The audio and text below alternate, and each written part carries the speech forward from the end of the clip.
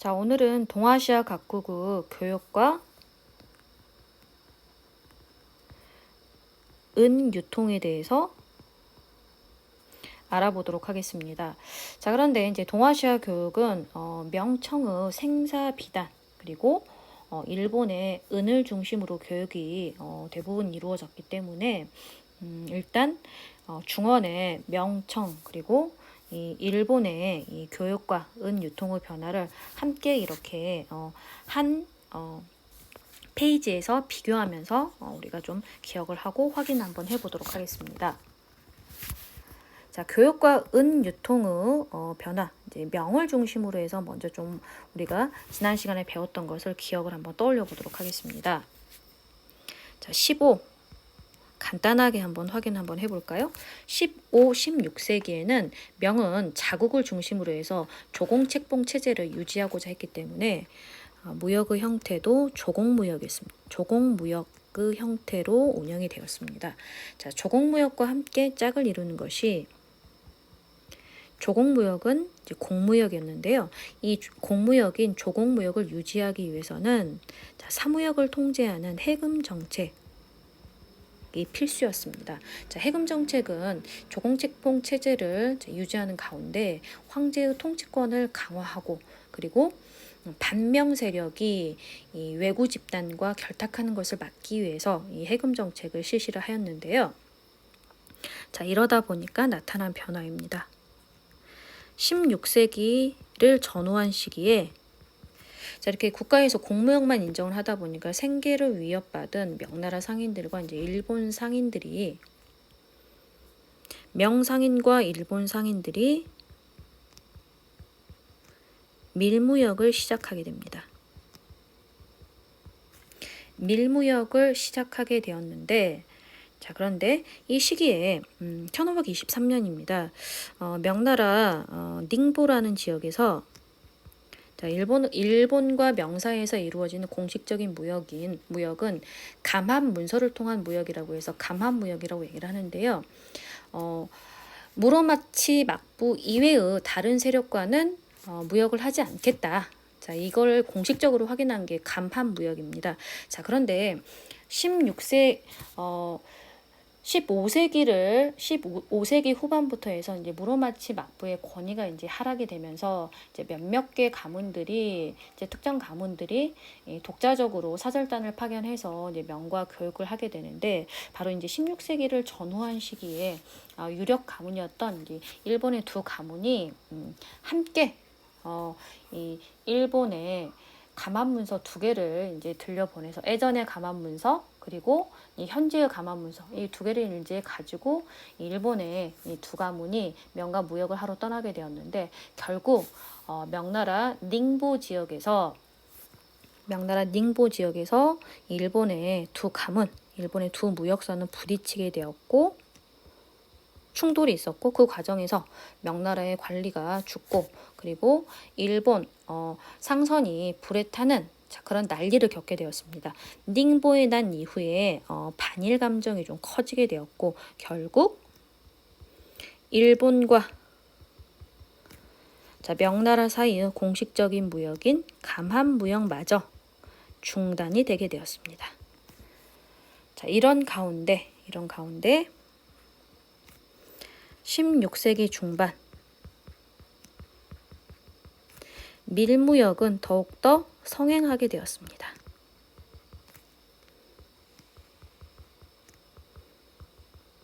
특히 쌍서도 근처에 이제 왕직이라는 사람이 있었는데 이 사람이 참 대단한 사람입니다. 자, 왕직이라는 사람이 이 중심이 돼서 자, 이때 명, 일본, 동남아시아, 포르투갈까지 아우르는 밀무역이지만 국제적인 규모를 갖춘 그런 이제 그 교역이 이 쌍서도를 중심으로 해서 이제 이루어지게 됩니다. 자, 이렇게 되자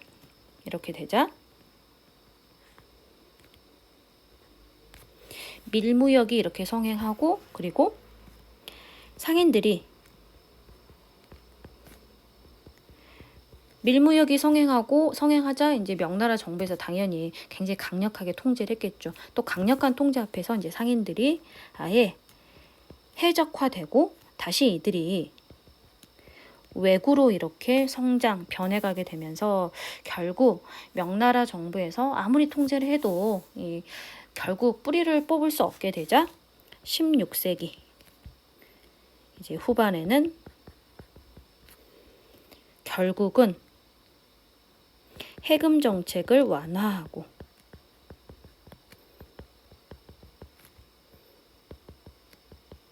해금 정책을 완화하게 되고 사무역이 활성화되게 되었다. 이렇게 이제 보시면 되겠습니다.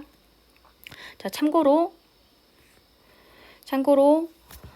15세기부터 16세기 중반까지 중개무역으로 번영했던 지역은 류큐 지역입니다.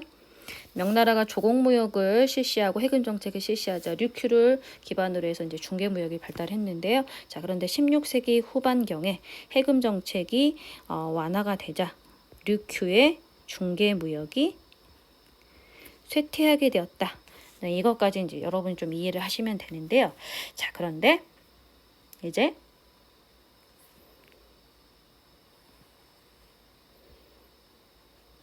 이런 이제 교육의 변화와 같이 이제 맞물리는 이제 은 유통량의 변화 부분을 이제 우리가 확인 한번 해보도록 하겠습니다.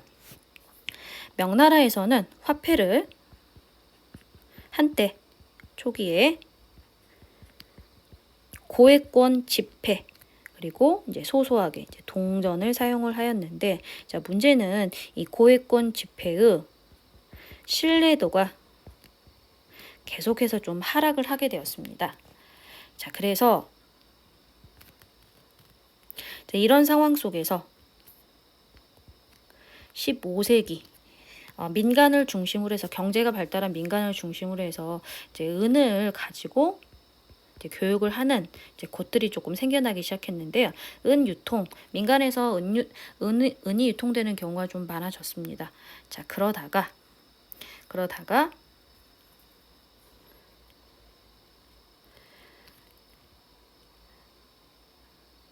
상공업,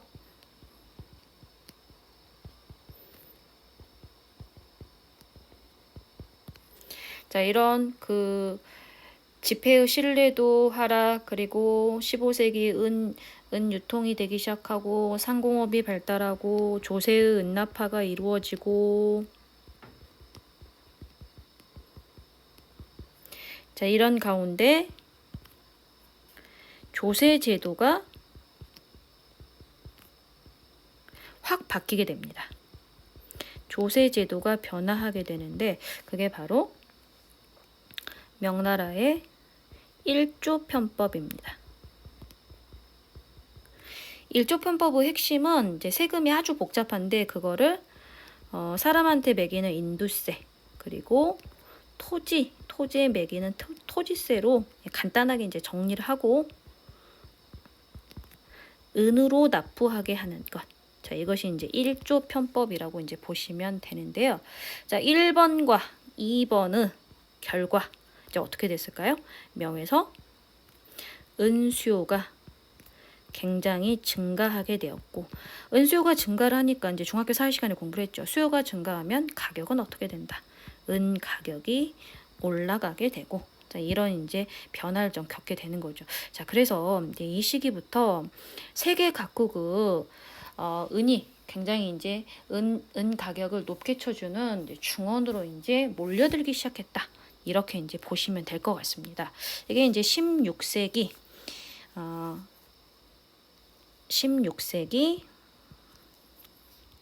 후반경에 1조 편법의 시행으로 은수요가 증가하고 가격이 증가하고 해외에서 유입되는 은 유통량에 굉장히 좀 영향을 많이 받게 되는,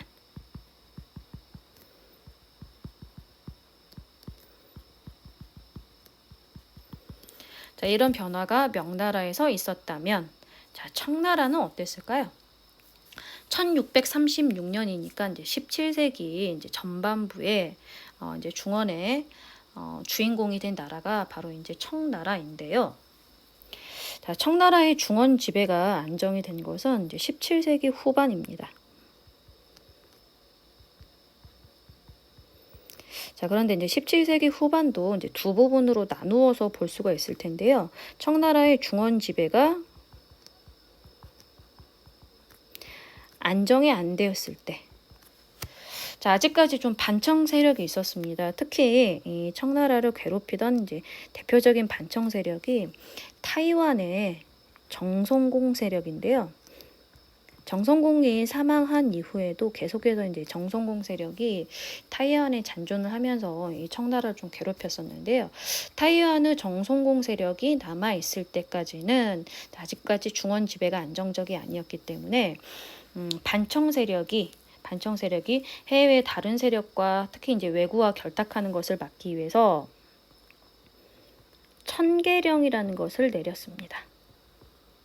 천계령은 해안 지역에 사는 주민들을 내륙으로 이주시키는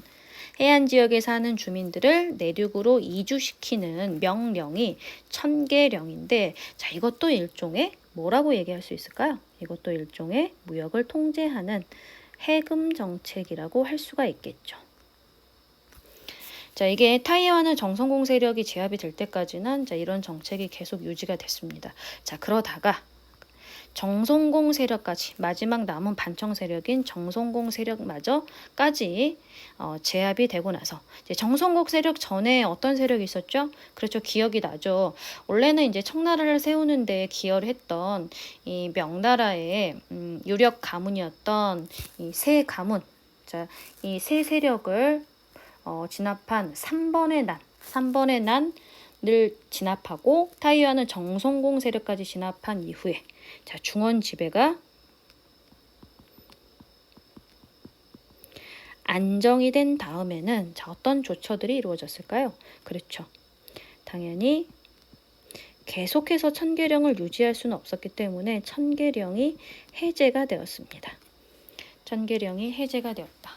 자, 그리고 천계령이 해제가 됨과 동시에 이제 교육이 이제 풀리게 되는 거죠. 그래서 유럽 상인들이 몰려왔겠죠. 이 청나라에 뭐 비단이라든지 차라든지 도자기라든지 이런 것들이 너무 인기가 있었기 때문에 유럽 상인들이 몰려들어서 교육이 굉장히 빈번하게 활발하게 전개가 되었습니다. 그리고 청나라 상인들도 때는 이때다. 자, 이 청나라는 이 명나라의 뒤를 이은 나라이기 때문에 여전히 이제 그 화폐를 은으로 사용하는 경우가 이제 많이 있었습니다. 자, 교과서 101페이지에 보시면 말발굽 모양을 그대로 본따서 만든 말굽은 마제은의 사진이 나와 있는데요. 이 마제은의 사용 등 굉장히 이 청나라 때도 이제 화폐를 이제 은으로 사용하는 경우가 이제 빈번하였는데요. 자, 그런데 이 시기에 은이 굉장히 많이 생산되는 지역이 있었습니다. 바로 중국 옆에 있는 이제 일본이었는데요. 그래서 청나라 상인들이 대거 일본의 나가사키로 몰려들기 시작했습니다. 자, 물론 중원 지배가 안정되기 전에도 이 타이완의 정성공 세력을 비롯해서 이제 수많은 이 청나라의 상인들이 일본의 나가사키로 이제 진출을 하였지만 더욱더 이제 활발해지게 되었습니다. 자, 이런 가운데 18세기 초에 이제 또 다른 굉장히 또 획기적인 변화가 있게 되었는데요. 청나라의 조세 제도가 정리가 되게 되는데요. 바로 지정은제라는 제도가 시행이 되게 되는데요. 이 명나라 때는 조세를 인두세와 토지세로 정리해서 은으로 납부하게 했다면 이제 인두세를 사람한테 매기는 세금인 인두세를 토지세에 포함시켜서 은으로 납부하게 했습니다. 그러니까 조금 더 1조 편법보다 더 간단해졌다라고 이렇게 보시면 되겠죠. 지정은제가 시행이 되었습니다.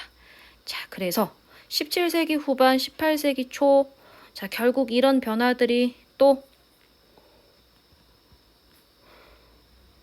이런 것들이 결국 무엇을 가져오게 되었을까요? 그렇죠. 은 수요가 굉장히 또 증가하게 되었고, 또 해외에서 유입되는 은 유통량에 굉장히 영향을 많이 받게 되었죠. 그래서 이 시기 이제 18세기 경에는 세계 은이 중국으로 다 몰려든다. 자, 은의 무덤이 중국이다라는 말이 있을 정도로 이 세계 은이 청나라로 이게 몰려들기 시작했습니다. 몰려들었습니다. 자, 이 청나라에서 이제 은 수요가 이렇게 이제 증가를 하게 되었는데요. 자, 그러면서 세계에 이제 여러 국가들이 이렇게 몰려드는 가운데 18세기 굉장히 청나라의 뭐 생사, 비단, 차, 도자기 이런 것들을 얻고자 했던 유럽의 나라가 있습니다. 바로 영국이었었는데요.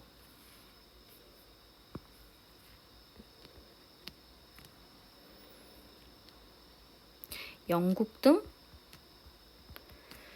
이제 유럽 상인들이 이제 대거 이제 청나라로 몰려들었는데요. 그런데 이 유럽 상인들이 반청 세력과 좀 결탁할 것을 좀 염려해서 규제를 하기 시작합니다. 통제를 하기 시작하는데 어떻게 통제를 하냐면 국가에서 눈으로 볼 수 있게 이제 통제를 합니다. 광저우 여러 곳이 아니고요. 광저우 한 개 곳에서만 무역을 하게 됩니다. 그리고 특허받은 상인조합 공행을 통해서만 유럽 상인들과 교역하도록 허가받은 상인조합 공행을 통해서만 이제 무역을 하도록 하게 되는데요. 특히 그런데 이제 18세기 이후 유럽 상인들이 굉장히 이제 불만이었던 게 공행을 통한 무역이었다라고 하는데요. 공행을 통한 무역, 이 특허받은 상인들을 통한 무역에서 나타나는 부분이 무엇이었냐면 일단 수출입 물품 자체를 독점했고 관세를 무지하게 많이 매겼습니다. 그리고 이 서양 상인들을 감시하는 것까지 자유롭게 무역을 하고자 했던, 그래서 이제 그 아시아로 가서 일확천금을 벌어보고자 했던 이 유럽 상인들의 욕구를 채워줄 수가 없었습니다. 청나라에서는 계속해서 이 무역을 통제하는 것이 청의 입장에서는 자국 중심의 질서를 유지하는 것이라고 해서 계속해서 이제 이 광저를 통한 무역, 공행을 통한 무역을 계속해서 이제 끌어가려고 했고, 반면에 자, 유럽의 상인 이제 대표적으로 이제 영국을 보자면 자유무역을 하고자 했어요. 그리고 공행이 너무 싫었어요. 그래서 공행을 폐지하고자 했어요. 그러나 결국은 의견은 조율되지 않았고 계속되는 무역 관계 속에서 특히 영국에서는 중국산 차, 도자기 이런 것들이 인기가 많았기 때문에 계속해서 무역의 적자를 보게 되었고, 이 적자를 만회할 방법이 없자 인도산 아편을 들여와서 이 청나라에 몰래 팔음으로써 이 무역 적자를 해소하고자 했고, 그리고 이 청나라에서 아편을 규제하자 결국 군사력으로, 실은 정의롭지는 않죠. 이 군사력으로, 무력으로 이 청나라를 침략하는 그런 과정을 밟아갔던 게 이 동아시아의 역사, 세계의 역사, 이 서양 세력과의 만남하고 맞물리는 부분이라고 할 수가 있겠습니다.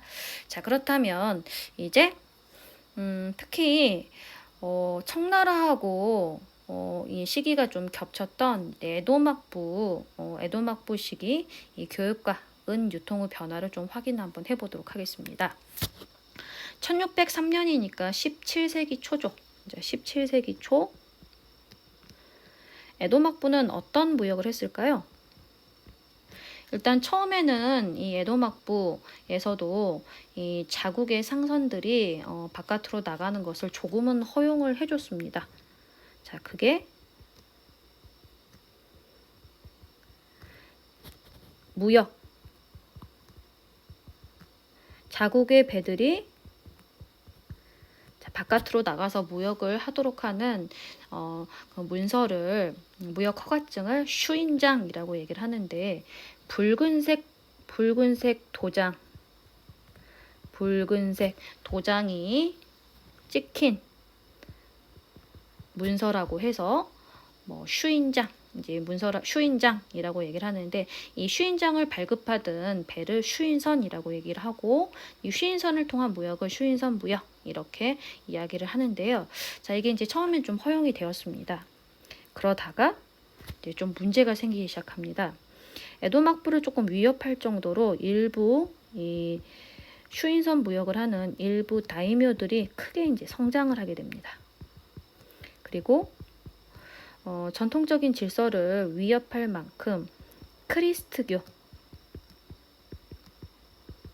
세력들이 대개 일본으로 유입되게 됩니다. 자, 그러자 일본에서도 이제 이 무역을 좀 통제하는 정책을 실시를 하게 되는데요. 바로 무역 통제.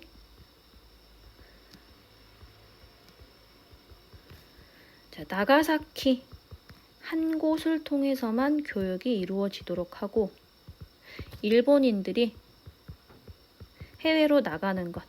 자, 이 해외로 나가는 걸 도항이라고 얘기를 하는데요. 이것을 금지시켰습니다. 해외 도항을 금지시켰고 이런 이제 변화들이 생겨나게 되었는데 자, 그런데 이 일본하고 조금 맞물리는 부분이 있습니다.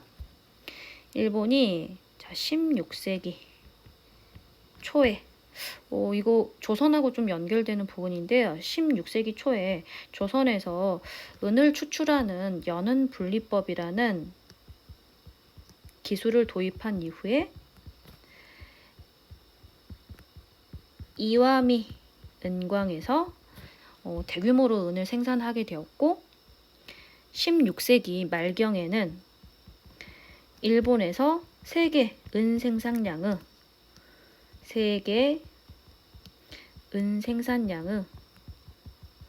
3분의 1까지도 이제 생산을 하게 되는데요. 자, 그래서 일본에서는 16세기 말 17세기 초까지 굉장히 은이 많았다라는 것을 일단 기억을 하시면 자, 얼마나 이제 주변, 특히 이제 중국의 이 상인들이 일본으로 가서 무역을 하고 싶었겠어요. 자, 그래서 17세기 중요합니다. 17세기 후반 정성공 세력도 이제 대규모로 가서 나가사키에서 이제 교육을 했지만 자, 다른 청나라 상인들도 이 나가사키에 가서 교육을 하면 정말 한탕을 벌 수 있었습니다. 그래서 17세기 후반 나가사키가 특히 자, 은으로 돈을 벌 수 있었던 이 청나라 상인들로 이제 북적북적하게 됩니다. 청나라 상인들이 어마어마하게 이제 많이 진출을 하게 되는데요. 17세기 후반 자, 이 정성공 세력은 일단 반정부 세력이었죠. 근데 정성공 세력이 진압된 이후에도 이제 국가에서 이제 천계령을 해제하고 이제 공식적으로 허용을 해줬기 때문에 수많은 청나라 상인들이 일본 나가사키로 이제 들어가게 되었습니다. 자, 그러자 무엇이 많이 유출이 됐겠어요? 자, 이 청나라 상인들은 비단이라든지 생사라든지 서적이라든지 약재라든지 이 명의 이제 특산물들을 좀 가지고 왔겠죠. 자, 이런 것들을 결제 대금으로 이 일본에서는 은을 사용을 하였기 때문에 은 유출이 굉장히 심각해지게 되었습니다.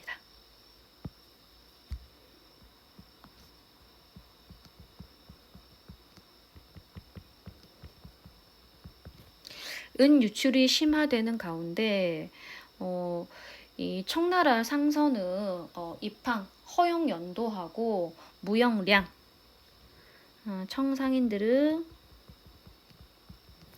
무역을 허용하는 량, 자, 이것을 지정한 기재가 된 심패라는 무역 허가증 발급을 통해서 무분별한 이 청나라 상인들의 진출 그리고 은 유출을 막고자 했으나 결국은 이 은 유출을 제대로 막지 못해서 일본에서도 좀 문제가 심각했다고 합니다. 그래서 굴이라든지 해산물이라든지 이런 것들로 이 무역 결제 대금을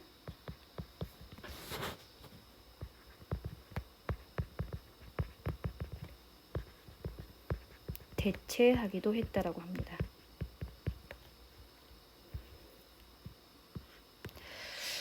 자, 중원의 명청, 생사, 비단 것들을 이제 중심으로 교육을 했고, 그리고 은수요가 대규모로 증가를 하게 되면서 16세기 말 세계 은 생산의 3분의 1까지를 생산했던 일본 이 중원과 명을 중심으로 해서 생사, 비단, 은을 중심으로 해서 이렇게 교육이 이루어지게 되었고, 이 동아시아의 교역에 이제 15, 16세기 신항로 개척으로 에스파냐라든지 포르투갈 이후에 네덜란드, 영국, 수많은 다른 유럽 상인들까지 이 교육에 참여를 하게 되면서 동아시아의 교역은 이제 세계적인 이제 규모의 세계 교역의 어떤 사이클 안에 이제 함께 합류를 하게 되었다. 이렇게 보시면 될 것 같습니다. 자, 일단 중원과 에도 막부를 중심으로 한 이 은 유통과 교역량의 변화 이제 플러스 이제 조선에 대해서 살펴보도록 하겠습니다. 자, 앞서 중원과 일본의 은 유통과 교역의 변화를 우리가 한 페이지에서 좀 정리를 해가면서 확인을 했는데요. 자, 정리를 하면서 이제 우리가 그 이미지로 좀 확인해야 될 부분이 있어서 다시 한번 확인해 보겠습니다. 청나라 때 주로 사용했던 은은 이런 말구분 이런 식으로 생겼고요. 그리고 명나라 때 실시됐던 조세제도, 일조 편법, 토지세와 인도세로 단순화해서 은으로 납부하게 한 제도, 그리고 청나라 때 조세제도, 인두세인 정세를 토지세에 포함시켜 더 간단하게 만들어서 은으로 거두는 제도, 그리고 18세기 이제 들어서 공행을 통한 무역만 허용을 했다라고 했는데요. 유럽 상인들과 교역을 공식적으로 허가받은 상인조합을 공행이라고 하는데, 이 광조에서 공행을 통한 무역만 허용을 했던 게 이제 청해 무역의 특징이었습니다. 17세기 초, 슈인장이라는 무역 허가증을 발급을 하고 이 문서를 발급받은 세력만 무역을 하도록 했는데요. 자, 그 문서를 가지고 무역을 하는 배를 슈인선이라고 이야기를 했습니다. 자, 이렇게 생겼고요. 그리고 청나라 상인들의 나가사키 입항이 대거 늘어나자 무역 허용량을 기재한 이 심패를 발급을 해서 제한을 해서 은 유출량을 막기도 했습니다. 자, 이게 동아시아, 특히 중원과 일본 중심의 은 유통과 교역량의 변화가 되겠습니다. 자, 그렇다면 이제 조선의 은 유통과 교역의 변화는 교과서를 통해서 조금 확인을 한번 해보도록 하겠습니다. 자, 15세기 초반까지만 해도 명나라가 이 조선의 금과 은을 곡물로 요구를 했기 때문에 굉장히 은광 개발에 소극적이었습니다. 자, 그러다가 16세기 들어와서 이 중국산 비단과 같은 사치품의 수요가 증가하면서 이제 중국과의 교역이 조금씩 늘어나기 시작했는데, 중국과의 교역에서는 이제 은이 사용이 되었기 때문에 각지에서 은광이 개발이 되고 은 유통이 활성화되기도 했습니다. 자, 그래서 이걸 잠깐 정리해 보자면, 조선은 15세기까지만 해도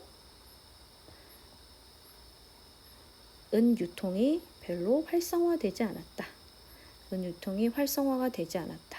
자, 그런데 16세기 들어서 이제 중국산 비단 같은 사치품에 대한 좀 수요가 늘기 시작하면서 은광이 개발되고 은 유통이 좀 활성화되었다.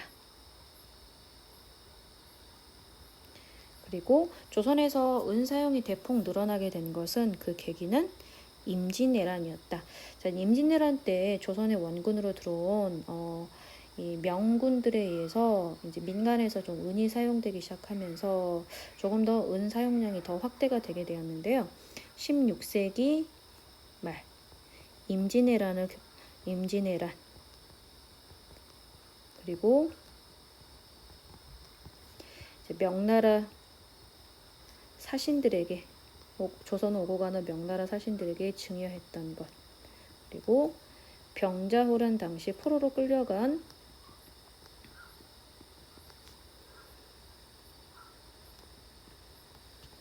포로 송환에 필요한 비용, 이런 것들을 전부 다 은으로 사용을 했기 때문에, 자, 16세기 말을 겪으면서 굉장히 은광 개발이 활성화되게 되었다. 은광 개발이 활기를 띠게 되었다. 이렇게 보시면 되고요. 그리고 이제 17세기에 가게 되면